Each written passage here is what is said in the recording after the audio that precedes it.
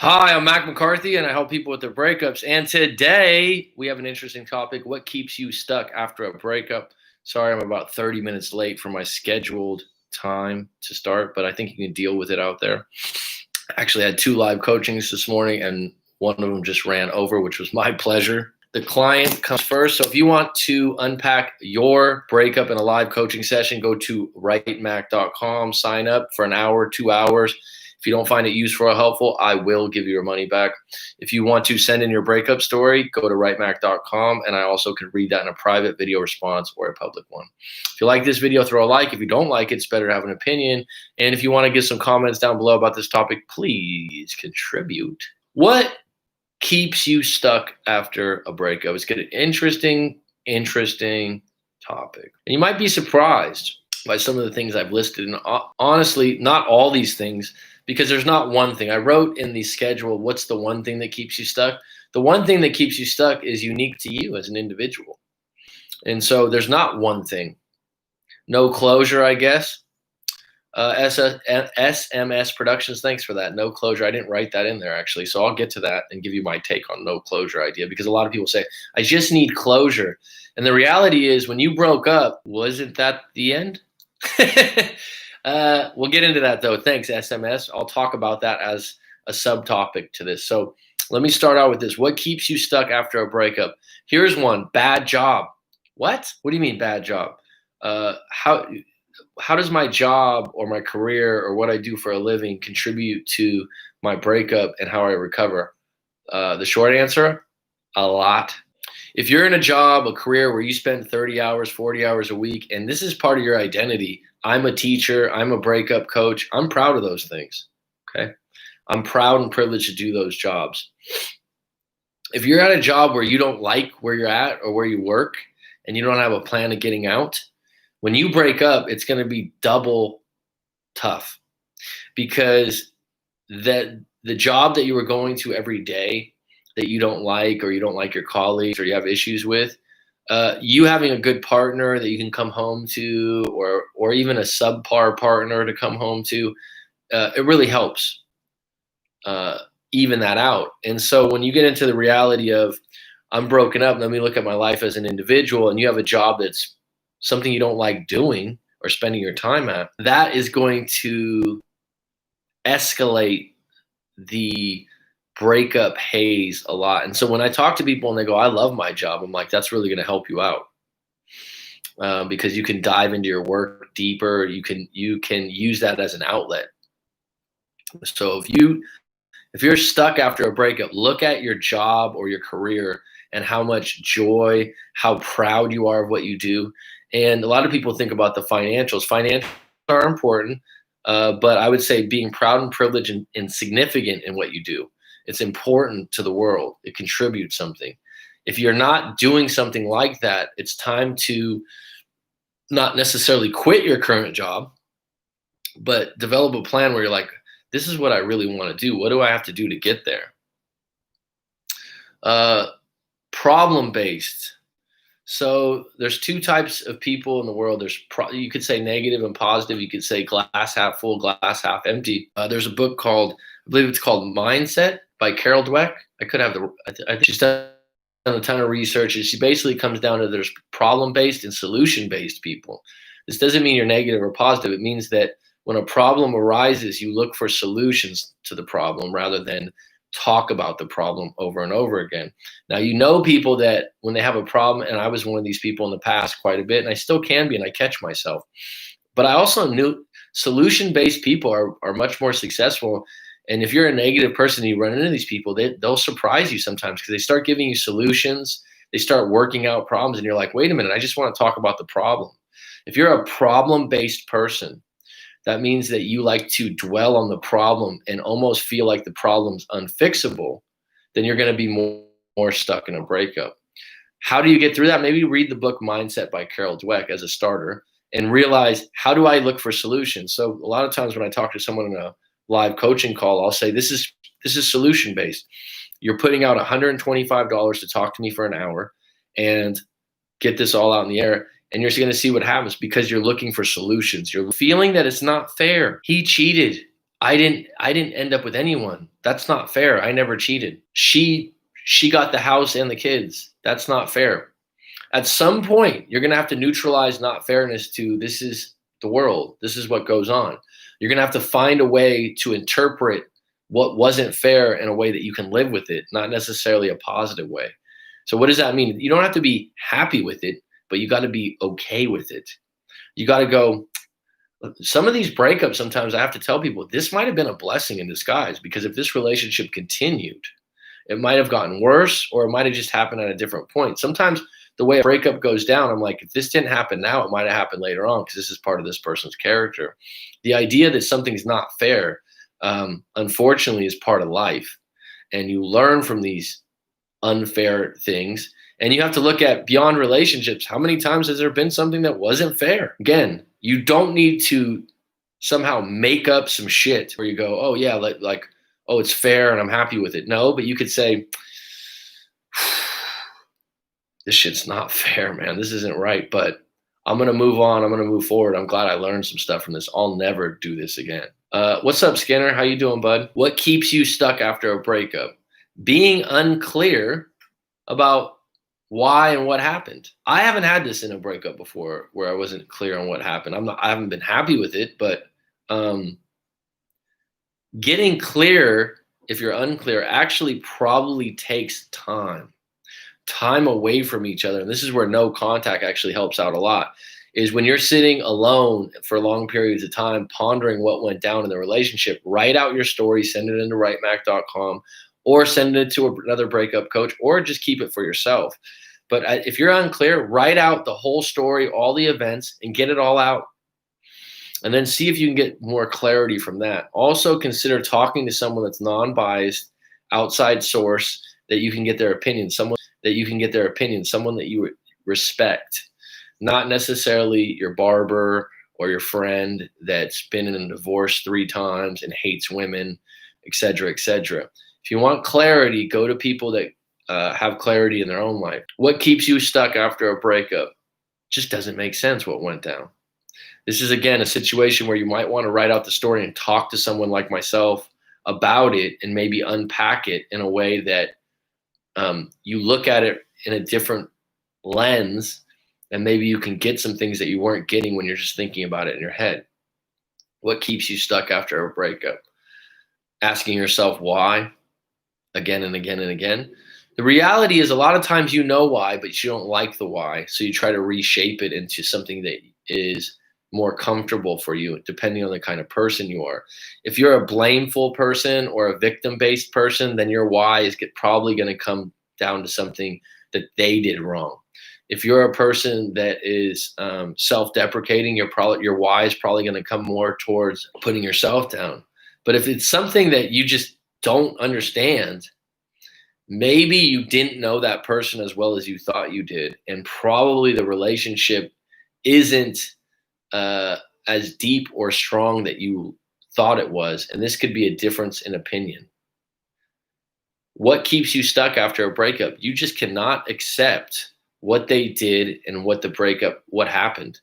And at some point, no matter what they did, they cheated, they stole from you, they got custody of the kids. You have to find a way to accept it to move forward. Now, how you frame that acceptance is up to you. Like I said, you don't have to make it rosy and peachy and, oh, I'm going to be so happy. You can frame something that you accept and not be happy about it, but you accept it. Having something that you just cannot accept at all will keep you stuck for a very, very long time. What keeps you stuck after a breakup? Gray area. What do I mean by that? This is something that's happened to me in numerous breakups. And I don't think it's a big problem. I think it's a choice. What happens is you break up, you have your reasons, you have your problems, but you're still attracted to each other. You still trust each other. You still care about each other. And I'm going to say attraction and intimacy is still decent to good. And so a lot of times the gray area stays in place if compatibility was a problem, chemistry was a problem, living together was a problem. The gray area means that you're not black or white, meaning that you're not all in on the breakup yet. and you're not all out. Sometimes people say, oh, we're just taking a break right now. I don't really believe in that. But you're broken. The gray area is you're broken up, but you continue to see each other. You continue to text each other. You're friends with benefits. And like I said, for some people, it's okay. I've been in the gray area before, and I've liked it. And what happens is someone gets left holding the bag, because if someone doesn't get back together with you, at some point you're wondering, okay, at some point one of us are going to meet someone else. And someone during the gray area phase is caring less about it. And they're probably going to be the ones to move on first. So that will keep you stuck, because you're like, are we going to get back together? Are we not going to get back together? Okay, because once you break up, you're taking 2-3 steps back to going into, yeah, we see each other from time to time, but we're not official. Someone's going to be really bothered by that over time, and it's going to create problems later on. Okay, what keeps you stuck after a breakup? No closure, says SMS. What if I told you closure is an independent choice of your own, and it's closely related to acceptance? This idea that I just need closure. A lot of times the breakup was the closure. You're looking for some way that they can say sorry 3 times, or you can say sorry, or if you can't get closure, you're having trouble with the idea that you're not going to get what you want. And again, this might be a time to write out your story and get it in, but the closure from your breakup is not necessarily going to come right after you break up. Sometimes it's going to take you some time. Sometimes it's going to take you some hurt. And I think that's the part that you have to realize. And if you've never been in a real tough breakup, I think the uncertainty of when that closure is going to come is what eats a lot of people up. So we got 8 on deck. I got 2 likes. Thanks for the likes. I'm not going to make it a long live stream today. If you have any questions, or you want to talk about your situation, or a time you've been stuck in a breakup, or what you believe gets people unstuck out of a breakup, which I'll talk about next, please share. To get unstuck, I would say, saying that's unstable connection, reconnecting. Getting unstuck. First, write out your full story. Get very clear on what happened and why in your mind. Talk to a friend, family member, colleague that you trust or respect about what happened with that story, or send it in to writemac.com. Get a live coaching session. That's what I would do first if you're stuck. Secondly, when you're thinking about your breakup, do not spend time in your room or a place that you cannot move or walk. Make sure you're walking, you're out, you're about, you're doing something, that you're headed towards something else. And then take an honest self-assessment of your life as an individual. What are you really unhappy with yourself? Do you not like your weight? Do you not like your job? Do you not like your friends and family? Take an honest self-assessment as an individual and start to do with your relationship. And that will help divert a lot of your attention. Seems that we're having connection problems again. Rob, good to have you. SMS, good to have you. Brandon Skinner, always a pleasure. Like I said, question a future topic for the live streams coming up next week. I'm open to that also. Just had 2 live coaching sessions back to back, so my vocals and my talking are restful here. Like I said, if someone has a question or something like that, otherwise this is going to be a short live stream. We don't got anyone on deck here today, huh?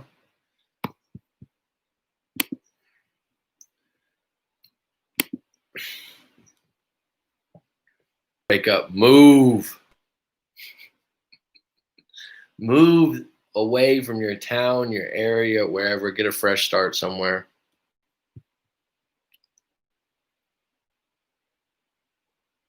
Why do exes hit you up just to bitch about the dudes they left you for? I've never had that happen. I have talked to an ex before that was complaining about her current relationship. And then she said she wanted to come see me and visit me and stuff like that. And I said, no, that wouldn't be a good idea. I haven't had that on a regular basis. I have had clients say that did happen to them, where they actually are broken up. And this one guy, this was kind of funny. I should actually send him an email, because we did multiple live coachings, but he had a long distance situation, and they broke up. And once they broke up, and she wanted to continue to talk to him and tell her about her day and her job and how shitty her move's been. He was like, I don't want to listen to this shit anymore now that we're not together. I'm not going to get anything out of it. So he was basically saying, without the intimacy or the opportunity of intimacy, I'm not going to listen to her work day or her problems at home or her friend stuff.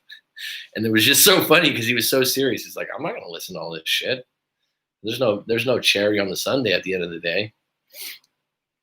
I wouldn't say that's true to everyone SMS, and I would say that if your ex does call you up to bitch about the dude that they left you for, that's definitely something that you would say, yeah, I'm first of all, if an ex left me for another guy, communication probably wouldn't be very regular unless there was something financial that we had to talk about or a kid or something like that. Otherwise, it's curtains. I just had it happen first time last week with my ex of well over 6 months of no contact. I cut her off. Yeah, if she's with another guy and she wants to bitch and complain about it, good luck. Good luck. I definitely wouldn't want to be a part of that. Especially like, oh, can't you just listen? Can you just listen to my problems? I really have trouble when people break up and stay attached to an ex that's with someone new. She said he hates her talking to me. I just don't get it. If your ex is with someone new and you still have feelings for your ex, which is possible, you're still hurting, you're still wounded, and this whole narrative, well, they're in a rebound now. Oh, they're monkey branching. It just makes you sound bitter.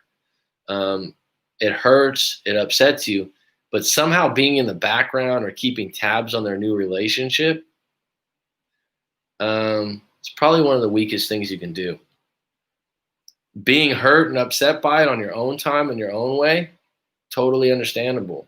Somehow being in the background, waiting to, for a couple scraps thrown your way, a little bit of attention or something, extremely needy and weak. And I'll add to that, it'll just make your confidence and self-esteem as far as getting someone else new lower, right? Hey, I got over it. I moved 4 hours away and left her there. Moving's big. It's underrated. It's really underrated. And I would add the same thing about jobs. You're unhappy about your job. It's not easy to quit a job if you have financial things or you're check to check. I get it. But having some kind of plan to move on, your job will definitely, where you work, the environment, the people you work with, outstandingly contribute to your happiness, your well-being, and your relationships.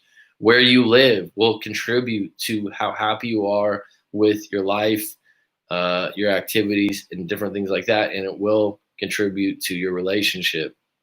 So you have to take that into consideration. And another one that's really overlooked, I might talk about this next week in a whole live stream, but long distance relationships where one of you is in a situation in an environment that leads to many options. What do I mean by that? Like, let's say someone moves to LA and the other person lives in Montana on a farm. The person in Montana on a farm is probably going to be much more invested in having conversations with their ex. They're going to be much more involved in what they're doing, because in Montana on the farm, correct me if I'm wrong, they're probably going to have far less options, cheating, seeing someone else, or having other interests. So they're going to cling to that partner more. Where the person in LA being a major city with lots of people, and let's say the other person goes to a major university like UCLA or one of these things, they're going to have way more options. And so the other person in Montana is going to go, oh my God, I can't believe you're not making more time for me. You're not doing this. Yeah, environments count. And if the roles were switched, it would probably be the same thing. And so that's a really good example of when you get into an LDR, where you're moving to and where someone's staying at is going to contribute to you being able to make it work, right? And the same thing, there's certain areas of the world that would probably contribute to you healing from a bad breakup quicker than other places. All right, folks, we're 22 minutes in. We got 7 on deck, 4 likes. Does anyone have any questions for me? Any other questions? Some closing questions?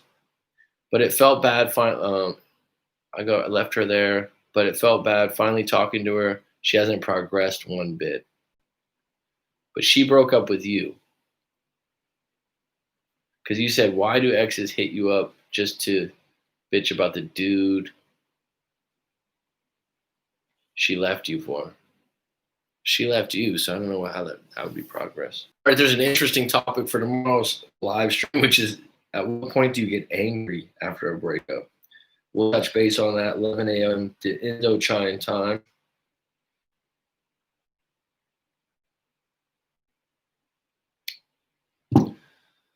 Otherwise, have a good one, folks. Thanks, Skinner, for checking in. Rob, it's always a pleasure. It's been a little while. You've missed a couple live streams, actually. Oh, Scotty W. Hey, Mac, hope you're well. Acceptance, a big key, not staying stuck in a breakup. Absolutely. I was just going to sign off. Like I said, tomorrow will be an interesting one. At what point do you get angry after a breakup? I think it's a really good question because getting angry actually serves you to get in the what I call, if you're in the black, white, or gray area of a breakup, to be all in and be done. Anger is probably one of the things that comes up next. What's up, Swayze? Definitely one of the things that comes in. Like I said, I'll be on deck tomorrow for that one, 11 a.m. If you want to go to my Instagram, it's Coach Mac McCarthy. I will post the schedule for next week. I have coaching sessions at rightmac.com. Just had a couple today that were, some people think, oh man, my breakup's so bad, and everything's so bad in my life. I come across some situations, some stories where I go, wow, just be thankful sometimes. I mean, I've started to do it in my own life just to say thanks, just to be thankful every morning for some things. I know this is really popular on YouTube and, gratitude, different things. Do your own thing. But some of the things that are just broken down to me about people's lives and their breakups, I mean, it's just touching, man. It's absolutely human for you to go through some stuff in your life. Absolutely. Going through your breakup in your life, it's going to serve you in some way. Not now, not immediately, but it will serve you in a way to help someone in the future. It'll make you stronger. It'll make you better. And without the sour, you cannot taste the sweet. And the more sour you get, the better the sweet's going to taste when it comes around. And we have things like karma, and I believe in karma. Some people say they don't believe in it. I mean, what's the alternative to not believing in karma, right? But when you meet people that complain about petty things, you think you haven't seen real problems. Sometimes you realize that there are way bigger things to deal with than the breakup. Peace out. Right on, Scotty W. I appreciate it. All right, folks, I'm going to check you later. Oh, Johnny, I'm sorry. I'm signing off right now. It's been a slow live stream, and I've been on all morning, but I'll be back on 11 a.m. Indochina time tomorrow, which is about an hour prior to this. Okay, later.